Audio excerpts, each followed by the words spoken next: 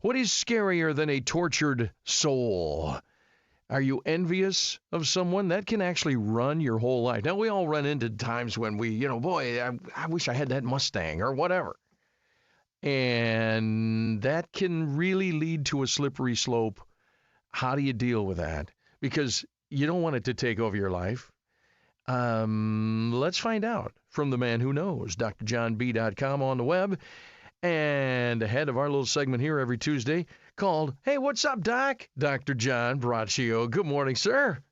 Well, good morning to you, Mike. And envy, really, it can be torturous to a person who really constantly desires the good fortune they perceive someone else is experiencing.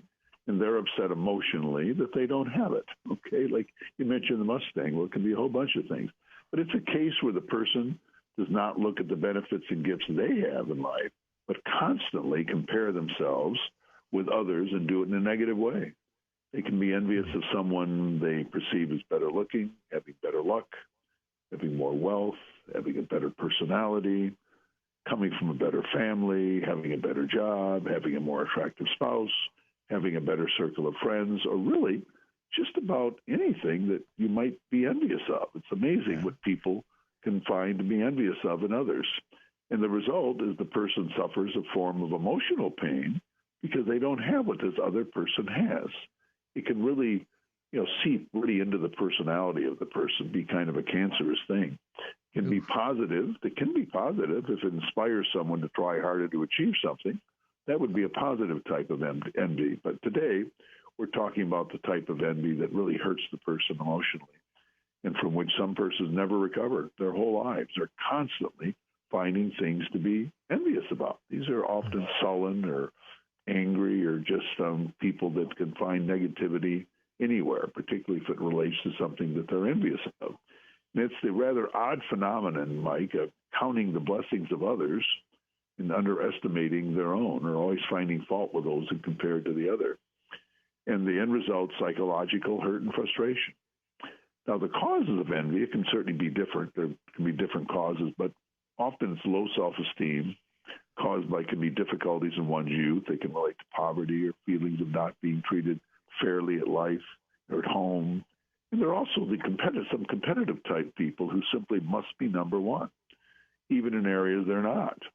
So if they're not number one, or they're not the top of the hill, or they don't perceive themselves at the top of the hill, they're going to be envious. And it's not by accident that envy is considered one of the 7 deadly sins, and we might remember them as jealousy, gluttony, pride, greed, wrath, lust, sloth. I mean, these are pretty bad. So when you're running with that gang, I mean, that is definitely not good. And it's worse, Mike.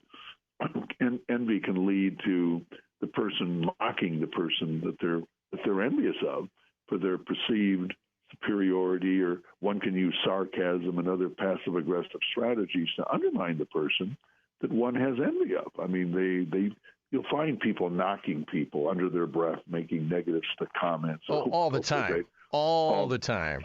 Yeah. All the time, rather than celebrating with them. So how do you overcome envy if you've got it, okay?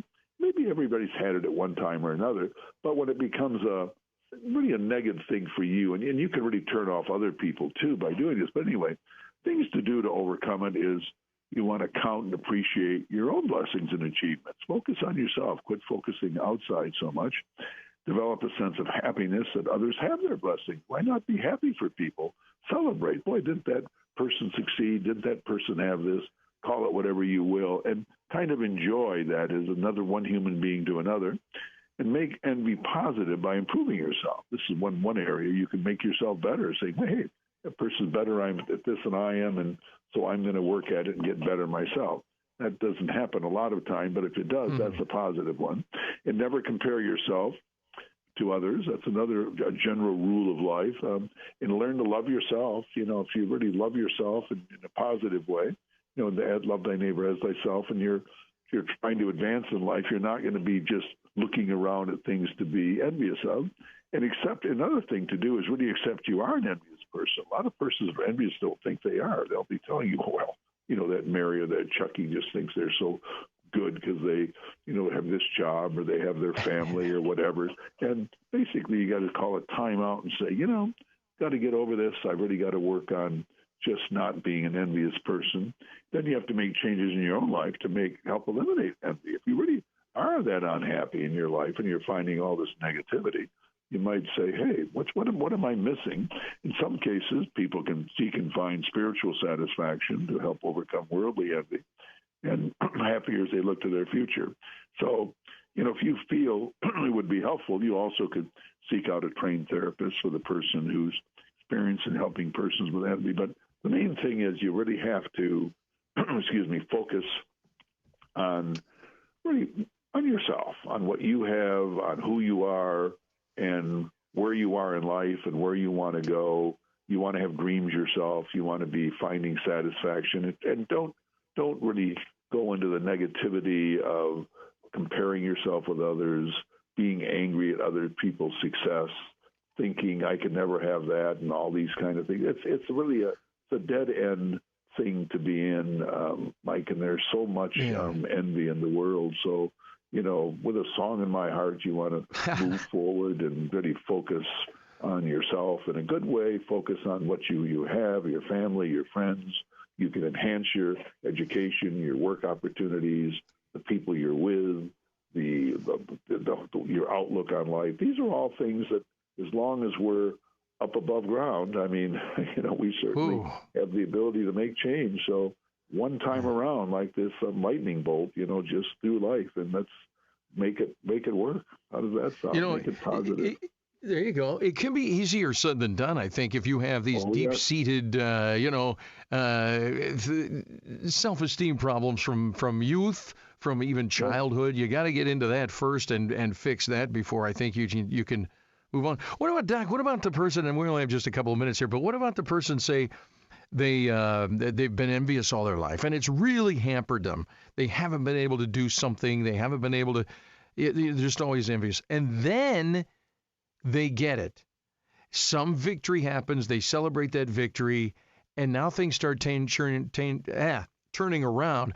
But I think, because I've seen this happen, without humility, that person doesn't know how to handle happiness and success. And that can be a killer there, too. Well, it can be. I think the first thing, though, if I talk to a person and they admit that envy has really been an issue, okay, first thing I want to do is talk to the person about them, rather than say, even right away, what are you envious of? Just say, well, tell me a little bit about yourself, and find positive things in the person, and just indicate, well, there's some good things going on in your life, so, you ought to be not worrying about Chucky's bigger house or Billy's, reconditioned Mustang, okay, or this person won a lotto or whatever, and just try to get the person. But when the person finally realizes it, a lot of people never do. They just can't conquer it. They have that inside them that leads to anger, that leads to envy, that leads to frustration.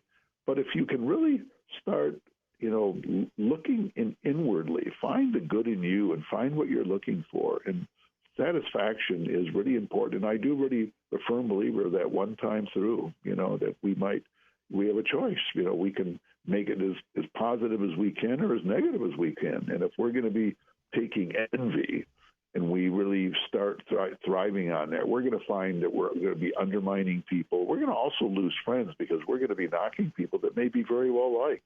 We say, Chucky thinks he's got everything, and that undercover. Well, unfortunately, that's part of human nature. So what we want to do is if we have 100% of opportunities to be, say, as a human being, we want to be culling out. We want to be dealing with the positive aspects, the things that lead to good self-esteem, lead to being happy with other people's success, and trying to advance ourselves and trying to help people around us not be envious, and have them be people that can be happy within themselves and enjoy every day. Really, life is to be enjoyed as much as you can, Mike, and that's what we want to do.